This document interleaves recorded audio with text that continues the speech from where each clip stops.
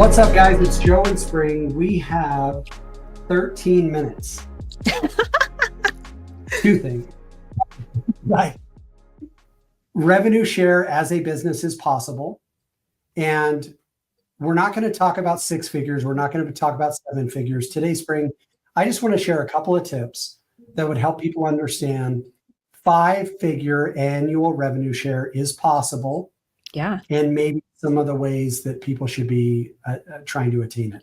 So what we're talking about is still selling real estate, closing your business, or closing business, I should say, not like becoming a crazy recruiter, but that leveraging something that Real has in the revenue share program is something everybody should be doing, even though so few people do it. Like there's actual money in getting to 5 figures, 10,000, 20,000, 30,000 a year is not crazy. Mm-hmm. So let me ask you this first. You know the numbers just like I do. I think it is 14%. Why is it, do you think, that only 14% of agents take advantage of revenue share program at any of these companies?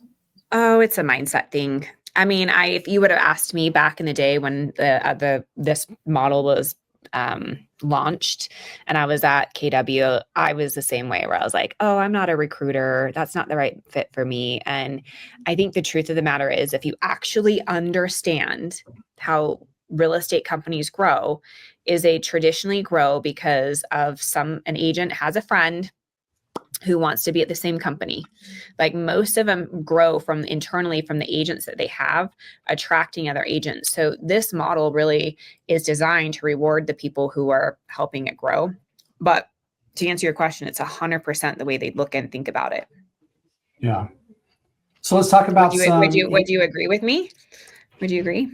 Yeah. I mean, I had such a bad taste in my mouth about concepts like this. Like people were trying to recruit me to, another model that has a revenue share based program. And I was like, dude, I just don't, how about you just go sell houses? Like, why are you trying to get me to come to your company? Like I viewed it, I just had a very negative taste in my mouth because I thought people were trying to get out of doing production and they were just trying to replace production with revenue share. And that is not something that you and I are advocating. Like, no, neither of us want people to just come to Real or be at Real and go, oh, cool. So I don't have to sell houses anymore. I can just recruit. Like, that's just a really quick way, I think, to go bankrupt. And so to your point, I think people probably just have a misunderstanding of what revenue share is intended to do. Well, I think also probably why you had a bad taste is the people that were trying to attract you weren't selling real estate.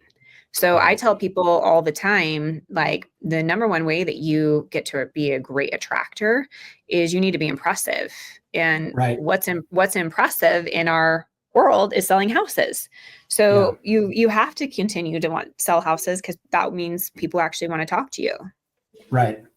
We'll talk about this, like the law of attraction. Like this is when attracting companionship. This is like partnering in a business concept. This is attracting somebody to a team or to your brokerage. I have worked a lot with like youth in a church capacity.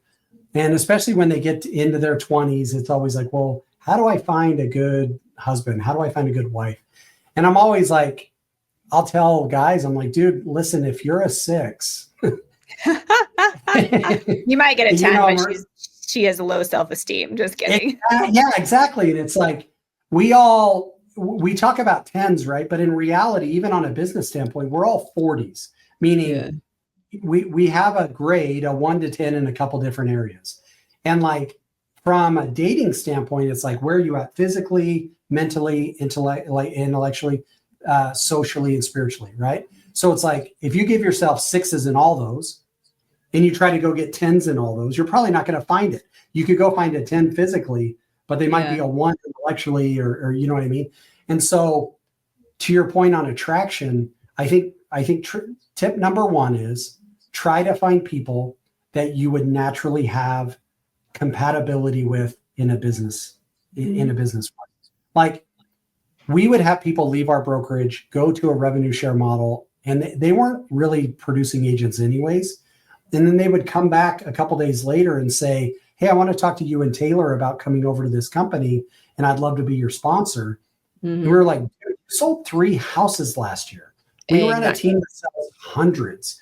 So to some degree, I think one mistake people make, or one tip that people can use, is use the law of attraction, which is the most likely agent to come into your world is an agent like you. Somebody that's at your level to some degree. And so for you, Spring, I know you have a lot of team leaders and brokerage owners hitting you up like, hey, I'm curious about Real, but it's because you've been a brokerage owner and you run a massively successful team. So it's logical for those agents to reach out to you, where agents just getting into the business, it'd be kind of illogical if they're like, hey, Spring, I want to come and learn about Real. You'd probably go, well, let me have someone from my team call you. Yeah. Yeah. I mean, yeah, I think you're spot on. The law of attraction, just on all of it. Like, there's nothing worse than when somebody calls you, exactly what you said, and you're like, okay, I would never listen to you. So you have to know your audience. I think the other thing about this is too, is the number one question I get asked, Joe, though, is they're like, well, where do I even start? Like, how do I even have these conversations? How do I even get in the law of attraction? And I always say, like, you got to put yourself out there. Right. Like, if you want to attract something, so back to being like dating, you're not going to attract anybody like by sitting at home. So if you want to grow your revenue share, you've got to get out there and be somebody that you're in conversation. You're talking to people. And I'm not saying you're talking about rev share. I'm saying you're talking to them about, like, just even in masterminds, like you and I met at a mastermind, right? Or you've got to be out there like doing production. So you're talking to other agents. Like, you just have to be putting yourself out there.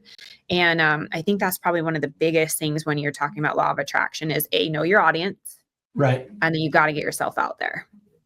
So let's talk about this one. This is a big one for us. Like, I think that tip number 1 to get started is to understand the law of attraction. Like, you're probably going to have conversations with agents that are at a similar production level to you. I think number 2, one of the issues are people don't treat revenue share like they're actually growing a business. It's almost like we've seen a lot of people come into ecosystems like this and go like, oh my gosh, I've got so many friends in the industry. And then they take a couple of shots early on and they're like, well, I guess it didn't work. I'm just not going to try. And it's like, when we got into real estate, we're like, okay, we're starting a business, which is real estate sales. And so we're going to work really hard to build that as a business. But then on the revenue share side of it, it's almost like people aren't comfortable with treating it like an actual business. So I guess the question for you, Spring, is what are some of the ways that you've treated you built your revenue share the way you've built your other businesses? Oh man, this could be a full masterclass, Joe. Yeah, really good. Really good. There's a couple of components of this. Like you said, there's people will go out and they'll get excited and they'll shoot their shot and it doesn't work. You and I have talked about this a lot. Like, this is a relationship business. Like, you've got to build a relationship, and then you've also got to build the relationship, and then you also have to just know it's a long-term game. And the long-term game of it's going to be that you might have to follow up for a long time. Like, you and I took quite a bit of time to convert over, right? So I think that's kind of the part of it. I think the other component of it is that treating it like a business, it can be whatever capacity that you want it to be. But like, I have people complain to me, they're like, oh my gosh, my rev share is not growing. It's a focus of mine. And I'm like, okay, if it's a focus, like, have you talked to anybody about it? Have you done anything? And they're like, well, no. I'm like, it's just like selling homes. Very rarely is somebody just going to call you if you're not putting it out there. So a couple of tips and tricks. What I did to start growing mine was I put myself out there.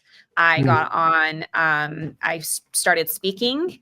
I'm putting my hand up at the door so they don't come in here. I started speaking. You leverage some of your title company relationships to say like, hey, I want to be on some stages. Yeah. I got on flights. I paid for myself to be in those rooms. Nobody paid me.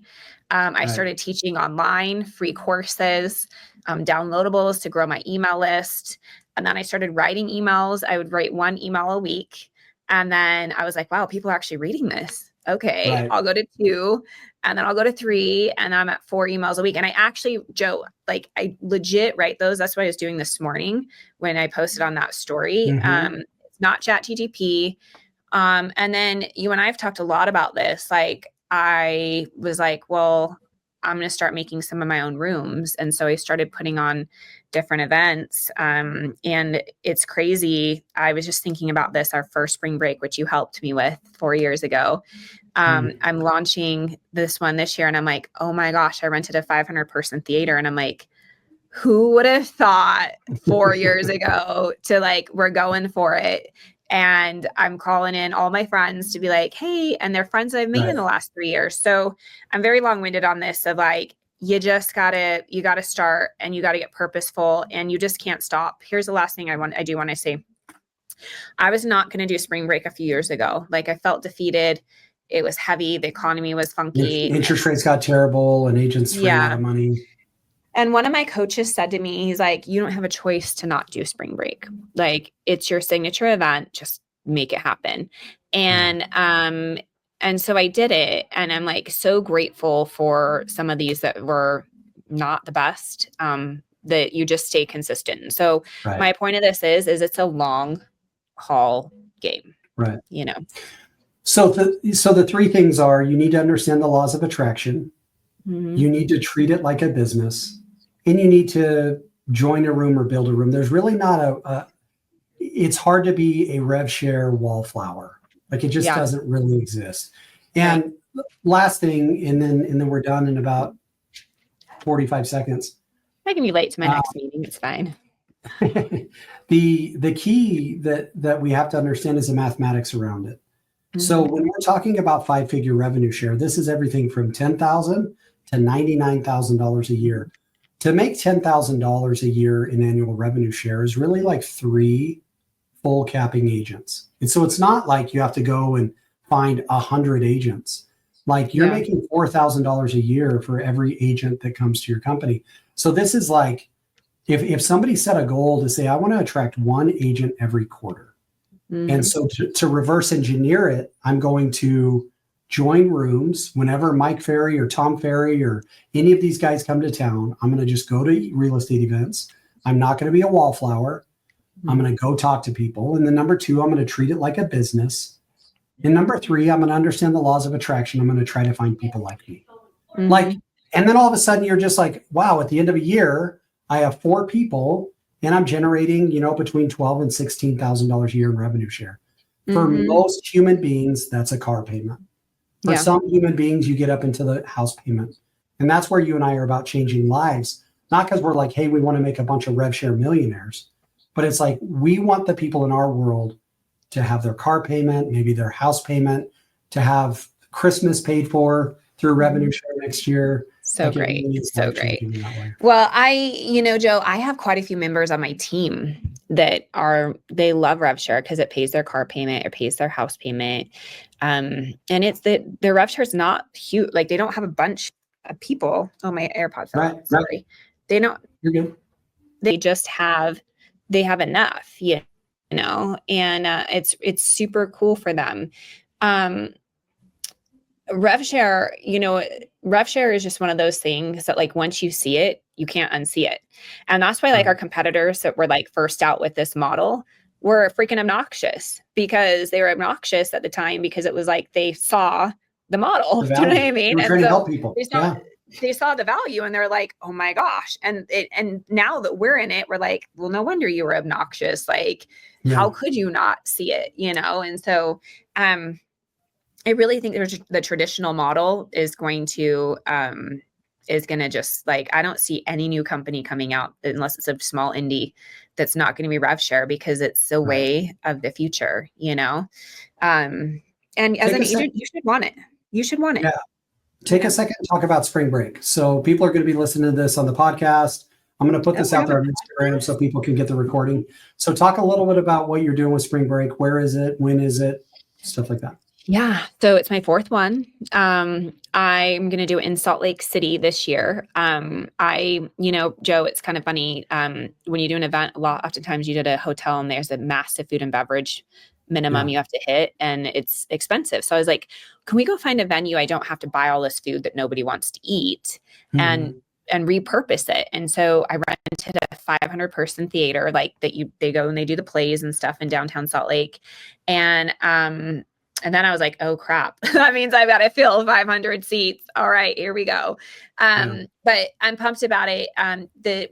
What I love about spring break is it's just different. And what's different about it is that, yes, it is a real estate conference. It's designed for an experienced agent or a team owner, high level content, but it's just like, we have fun. Like it's not stuffy. We'll add in some fun parties and different things. This year, the VIP ticket includes a private mastermind with our business partner, Ben Kinney, and John Chaplack. I called both of them and they were like, I'm in.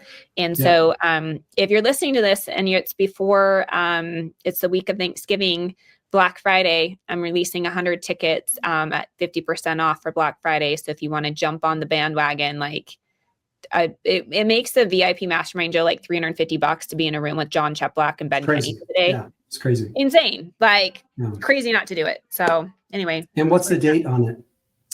March 16th through the 18th. VIP is the 16th. The conference is 17th and 18th. The thing I love about Salt Lake, you and I have talked about this, is it's a great place. I own property in Utah. Like, it's awesome. The food is sneaky underrated. Like, the food in Salt Lake is so good. And there are things to do, but it's the challenge with doing some of the other areas that events always go to. It's like Miami. It's like, dude, the last thing I want to do in March is be in a room when I'm in Miami. I want to be out on the beach. Right. Salt Lake isn't so crazy that it's like, I can't be here, right? Like, you're going to have fun. There are things to do, but it's not like you're going to feel like in Vegas. Real just did their conference here, and like it was good, but at the same time, attendance drops every day because people are like partying and whatever. Where, like, I think this is a good opportunity for people to come. It's going to be like world-class education, information. Yeah. Some of the best practitioners in the business. So I'm excited for you. Yeah, thanks. I haven't solidified all the speaker slots. I just solidified a few. So you'll see a lot of announcements coming out of who and what. But I've got a few key people that are like, we'll make it happen. Then I got to like go in. But Ben and John are, I mean, people pay a lot of money to be in rooms with them. So I think that VIP ticket's a no-brainer. Yeah, it's a no-brainer. So it's going to be legit. I'm impressed, and you're going to be there. So it'll be great. It'll be awesome. Hey guys, well, thank you so much. Hopefully this helps. Those 3 tips again are: number 1, treat it like a business. Number 2, number 1, they'll use the law of attraction. Number 2, treat it as a business. And number 3, join a room, build a room, get around people. And then, we had Matt Plummer on here. He's getting 5-figure revenue checks, which is great if you could do it every month. But what we're talking about here is like, just do it every year. Like, make $20,000 a year, and that $1,500 a month you're making should be life-changing enough to motivate you. I know it's life-changing for me and for you. Me too. Okay. Thanks, guys. Bye, you guys. See ya.